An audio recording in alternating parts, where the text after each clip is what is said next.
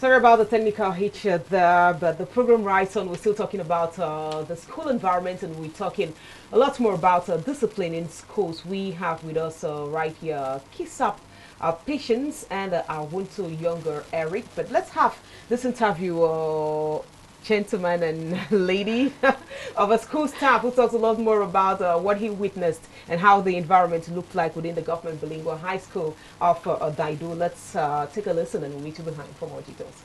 Nous-mêmes, nous sommes en train de faire des cours de remise à niveau pour nous aider à déclarer l'examen. Comme nous n'étions pas sur le lieu où l'incident s'est produit exactement, mais on a seulement récupéré l'incident après que le poignant soit parti. Les trois suspects sont à la police. La police est en train de faire son travail.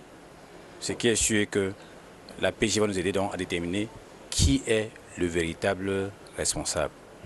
Qui a fait quoi? Qui a porté le couteau? Qui a pointé l'autre? Pour quelle raison? Ça, c'est la police qui nous dira. Parce que pour l'instant, c'est les congés, les enfants étant tous partis.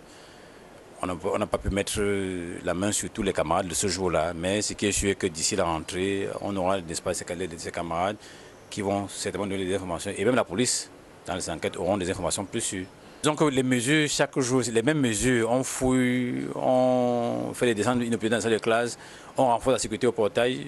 Vous êtes entré, il y a des vigiles, ils ont des détecteurs de métaux. Donc c'est la même chose qu'on fait tous les jours.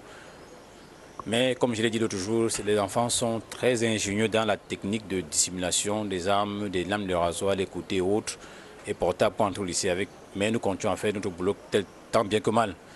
Pour, n'est-ce pas, puisqu'en fait ce sont ces objets, les portables qui appellent les bandits au lycée. Donc nous essayons de les fouiller, récupérer ce qu'on peut récupérer, discipliner ce qu'on peut discipliner, faire ce que nous pouvons. Parce que même nous-mêmes, responsables du lycée, nous ne sommes pas en sécurité. Je vous ai fait lire les messages, les menaces que les enfants nous envoient après être disciplinés. Et les bouts de papier qu'ils nous envoient sous les portes de manière anonyme pour nous menacer. That's definitely would say what teachers and the school staff will witness and experience on a daily basis. You were talking about a student who picked up a piece of wood. A piece of wood and was threatening to threaten a teacher. Yeah, a discipline master, yes, for that matter. He was telling him that he was going to break his head. And it's the same situation we have the school staff who was mentioned in the. Yes.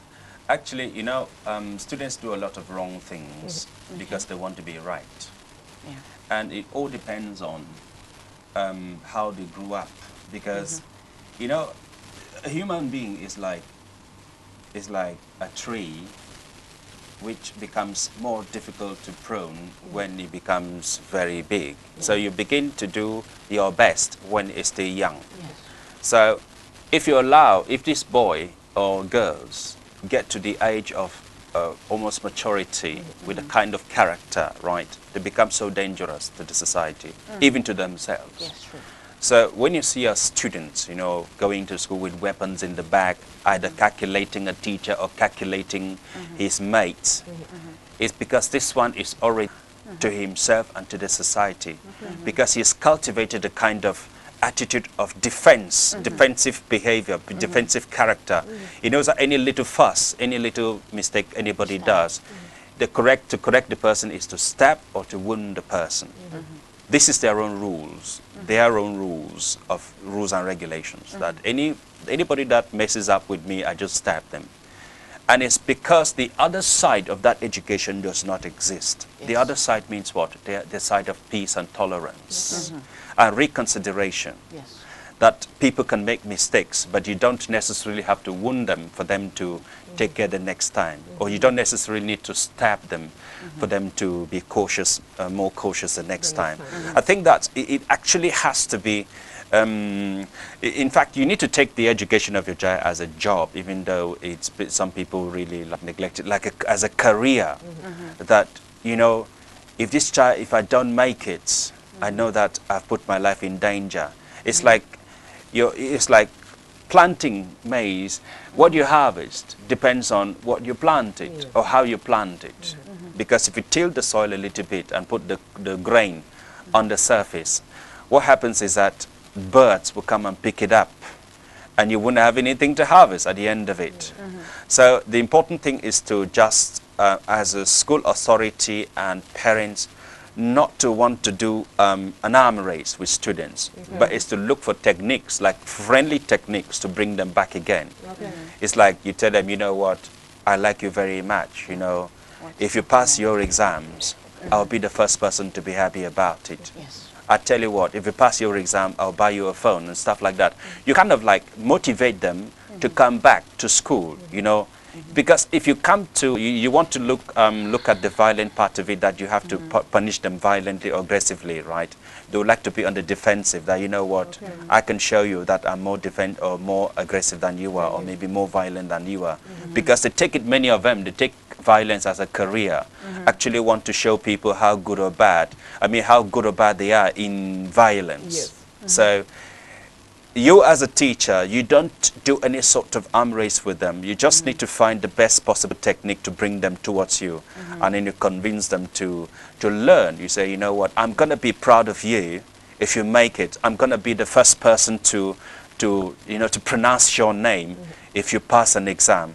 I think that's one of the best ways you can really help them out. Okay, you need to talk out with students as though or they're your friend in a classroom, even though the teacher should be the only man standing in a classroom, would say. The only decision maker in a classroom, in a campus. Yeah, absolutely. You know, educating somebody is not like boxing, where you have to be dominant to win a belt at the end of it. It's not like boxing. It's something, it's like you're polishing a shoe. Yes, it's like you're polishing a shoe. You take time to polish the shoe. You don't do it brutally. If you want your shoe to shine, you don't do it brutally. You take your time to do it. And that's how educating children should be. And if you don't have children, you won't understand what it takes to really educate a child, bring up a child. Now, the sad scenario about this whole story of the incident at the Government Bilingual High School of Daido, you all know. This nurses at the Daido Hospital, who we have the images, maybe we could have it on screen while we comment over it. And we have the Minister Manauda Malashi of the Ministry of Public Health, who sanctions these ladies for not doing what they ought to do. That's to save lives, or rather. They were so concerned in being the first to give out the breaking news to the world. What's your appraisal of this patient's case of you who are into the social media, but with another intention? On social media? Yes. So I want to say the effect of social media has a negative effect on our society.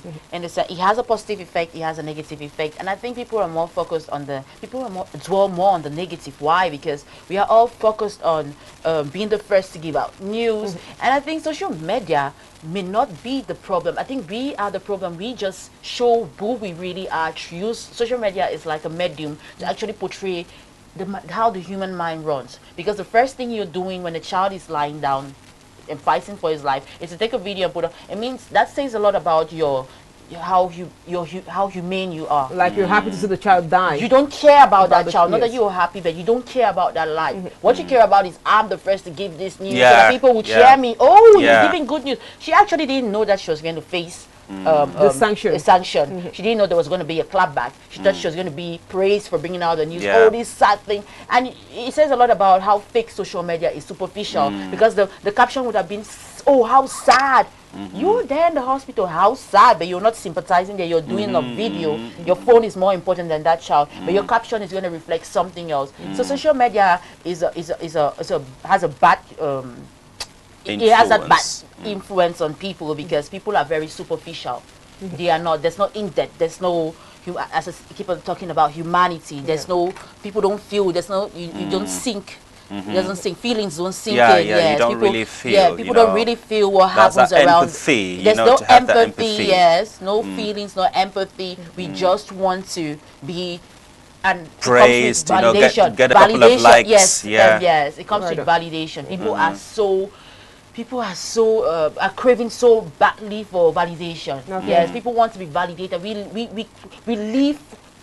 live on validation, because if we are not validated, we feel depressed. And then when we are validated, then we feel like we are important. People want to feel important, but they don't know the real ways of being important. The real ways is actually being in sync with yourself. It's behind the scenes. How do you feel outside of social media? how do you feel when you're alone? How do you feel about yourself? How do you feel about people when you're alone? And it says a lot about this nurse and how she takes her job. You see, that's when I talk about purpose. She doesn't want to save lives. She's just a nurse because she's trying to do ends meet. She went to the nursing school because I just want to. I want to, Eric, without hurting you, patience. Are we not going to talk about this failure in Cameroon of having people do what they are supposed to do? That calling. I think if someone has that calling to be a nurse, it's in you. Nobody tells you that you picking up a phone and taking an image of someone who is in need of help is wrong. It's like people getting into the fields they were not supposed to get into. Yeah, that's to say you have wrong people in some fields. Yes. And these are people we call, you could sometimes call charlatans. That's to say they are the black legs, let me use that word, the black legs in the field, right, in that particular field. Why? Because you've got to, in every particular field, right, you've got to respect some ethics. That you've got to do this, you haven't got to do this. That's why sometimes if you go into the school of the, I think there's a, they call it Ordre des avocats or Ordre des médecins. There's a kind of organization where you take some oaths, you know, respect some oath, you know, take some vows, certain things you shouldn't do, you know, as a medical practitioner. That's to say, you have to respect the privacy of your patient. Because there are lots of stories that people tell out there. I mean, you go to consult, maybe you have a tuberculosis, the next day you hear your neighbor talking about it. Your neighbor doesn't work in a hospital. But how come she knows that you've got deadly tuberculosis? Did she get your consultation book? No. It's because people working in some fields turn to be, you know, preachers. That's to say they preach to everybody what this person is dying of. I mean, what this person is, what this person has. Professionalism. So they don't really respect the professional ethics of what they do. They don't respect that. And that's the reason why our society is really crumbling at a very fast pace. That one just came to expose just the doctors and maybe the hospital, what happens in hospitals. One day you'll get what happens in other domains, in other sectors. They're happening behind our backs. I mean, but we can't see them. But thanks to social media, in another way around, it exposed them. It exposed them. The poor practice that people do in their jobs. And these people can only but lament that the social media they used to become popular. Now, what's your appraisal? What's your appraisal of the use of social media by Cameroonians generally? I have to say that social media, it's like opium to some people. It's like marijuana, you know. When you consume something and then you cross your climax, you cross your limit, you become high, like somebody who combined opium, cocaine, and marijuana. Yeah, it takes you to another dimension. It takes you to another dimension, and it's like you're in the bathroom, you're having a bath, right, with soap in your eyes, and then your telephone is on the table in the living room, and you hear Facebook notification. You run into the living room with soap in your eyes just to comment or maybe to like. So you see the points where people really get so addicted and become imprisoned by Facebook, and they use it so badly because there's a lot of fake news, a lot of suppositions, a lot of superficial things. You see people looking nicer on Facebook than they are in real life, you know. And you're going to have to sue them for deception. You're going to have to sue them that, hey, you look very nice on Facebook, but how come you look so bad in real life, you know? It's like, you're going to have to sue them for deception, you know. That's a nice idea. We have stuff like Photoshop, which exists. Photoshop, so people shopping themselves, the image of what is not real. Virtual. Very superficial. Yes. We just see the virtual human beings, you know. But we don't see who they are actually behind the scenes.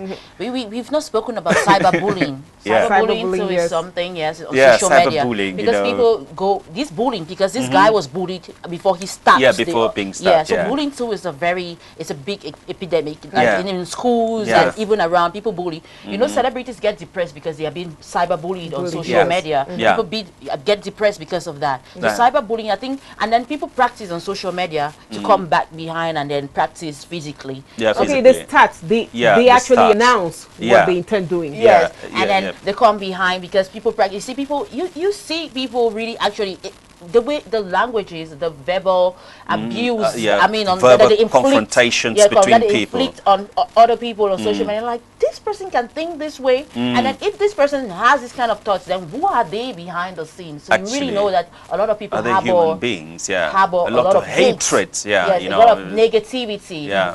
A lot of people are toxic. So we live in a very toxic society, but it has its positive traits to social media. Yep. Okay. Yep. Let's get back to you both. Let's take this message right here. A viewer who's trying to participate. A good topic. Most corrupt people in the world pass through the so-called good schools. Now, which are those good schools? That's a question this viewer is asking. No models for youths to be. It's Francis who is sending this message. Thank you so much, Francis. And I believe what you were saying is like the good schools are the private schools, I want to Eric, the Catholic schools. Is that what we retain? Well, it's not Your like gains. I didn't say that 100% Yes. is good school. We have good schools and people with bad characters, Okay. right? A school is a school and a human being is a human being, right? Schools don't teach you actually how to really behave because you're born with your character. Yeah. You're born with your character. How you behave is actually, it's your personality. You come from your mother's womb with it. But the school could influence But the your school character. True. influence Yeah, it a yeah, little I bit, agree, right? yes. Because how come a boy who used to, when he was young, liked fighting and he grows up still liking fighting, he went through schools, but now he's fighting as an educated man, you know, really boxing, you find him fighting on the street. We have educated criminals, Yes. right? We have educated criminals. But it doesn't mean that they didn't go through schools. Which implies that our schools do not completely remove the bad seed or bad particles from somebody. Shakespeare said, a school as flies to wanton boys, so are we to the gods. That's to say, it's talking about people's wanton behavior. People have some wanton character, that's to say, misleading or bad behavior or character in them. And you see this only when circumstances come up. You look at somebody sitting quietly, but you can't really imagine what they can do. It's when the circumstance comes up, right? Good. Then you can understand what they can do. It's like if somebody's foot is here and then you step on it, that's when you know how they can react in real life. There's somebody whom you put his foot here, you can step on it even 10 times, right? They won't hurt react. you, they won't react. That's their nature. But there's somebody, right? You just pass near his foot, right? He will attack you. That's how some people are. Even if you put him in the best school, right? He will come out to be a violent person. I could give you an example. There's a student who left. He was in Cambridge, I think, in Oxford University, and he was doing IT, you know, IT engineering, right? So he left and went to join ISIS. Yes, he went to join ISIS. So you can't really say that schools like Oxford haven't got discipline. Good. It was his personal initiative and goal that he decided to go to Syria to join ISIS. So it's not actually like schools aren't bad, that these good schools can't have bad people. They can have bad people as much as possible, but the thing is, they do their best to make sure that students follow a particular direction, the direction of doing good. Yeah. You can have just a few grains, like they call them black legs. Yeah. Yeah. But let me get to you. We have just a couple of minutes to go, about 5 to 6 minutes to go. Patience, kiss up. Now, which other way can we use the social media for? We can use, I try to Because here we're denoting the Yeah, negative the side, negatives, which is impacting the world at large. Yes. So actually what I think is we can use social media to impact positively by throwing light on the ills, on the ills of societal ills. We can actually use social media for mentorship. Okay. We can actually use social media for leadership.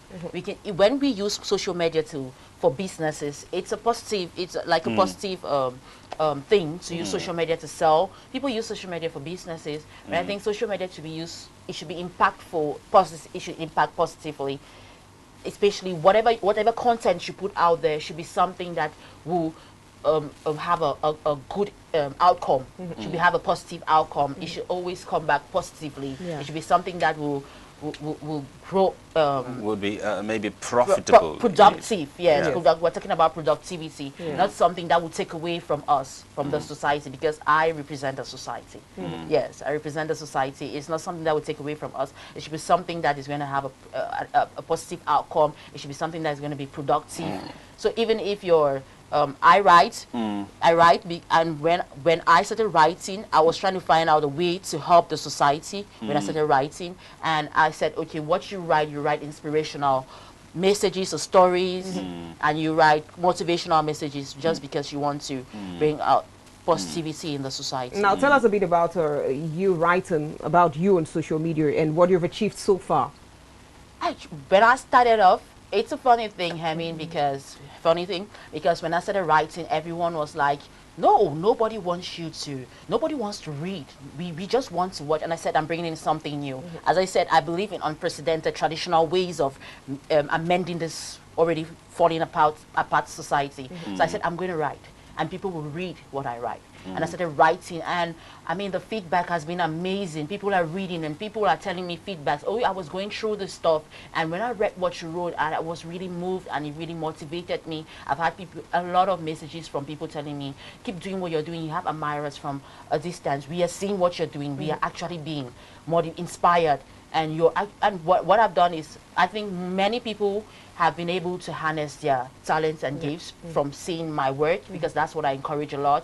Many people are coming out of the show, they're embracing their purpose and everything about them. They're no more existing. They want to live. They want to be in sync with their feelings and emotions and the world.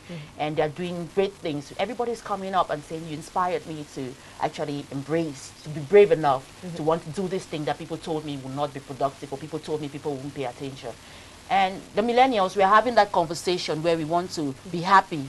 We are having conversations on relationships, and we don't want to settle for happiness. And it's a great thing. Now, saying on writing, it's writing at the end of the day half solving a problem?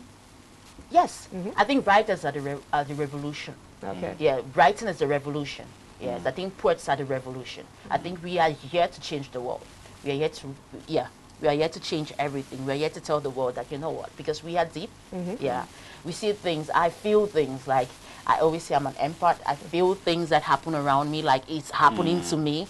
And I think I feel it that way because I am a writer. So I'm in sync with emotions and different people's emotions, and I can actually express how I feel about it. Okay, that's good to note about Patience Kisap, who is a writer and very active on social media. We'll part ways, but we'll have lessons to retain. I begin with you. I want to Eric. What are you retaining? What's the take-home message to the youth maybe who are watching us today? The take-home message to the youth is that violence doesn't pay. That's to say, you don't get an Oscar for killing somebody.